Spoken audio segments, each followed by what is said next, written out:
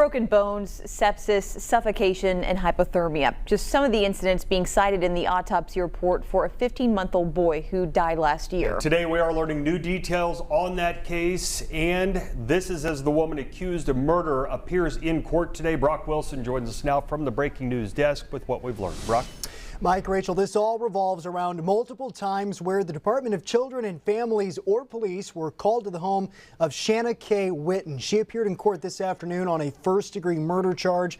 Today, we obtained a copy of the autopsy for Witten's son, Matthew. It details a dozen separate medical or law enforcement calls dating back to 2022 involving Matthew and his older sister, who died back in 2024. Now, as we reported yesterday, a fire broke out at their home last July in Matthew's room while he was inside. He died in August. Among those calls, in August 2022, Matthew's sister was admitted to the hospital with a broken clavicle at 8 weeks old. In July 2024, the sister was hospitalized after sleeping with a blanket and possibly a plastic bag over her face. 3 days later, she's hospitalized after choking on grapes and dies. In August of that year, Witten passes out while holding Matthew, and he falls to the ground. The next month, he's hospitalized with breathing issues, and Witten drops him in the hospital the next day.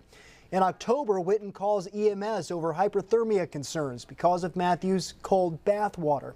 Then he has a near drowning incident the following July. Again, that July is when Witten is accused of starting a fire in Matthew's room while he was inside.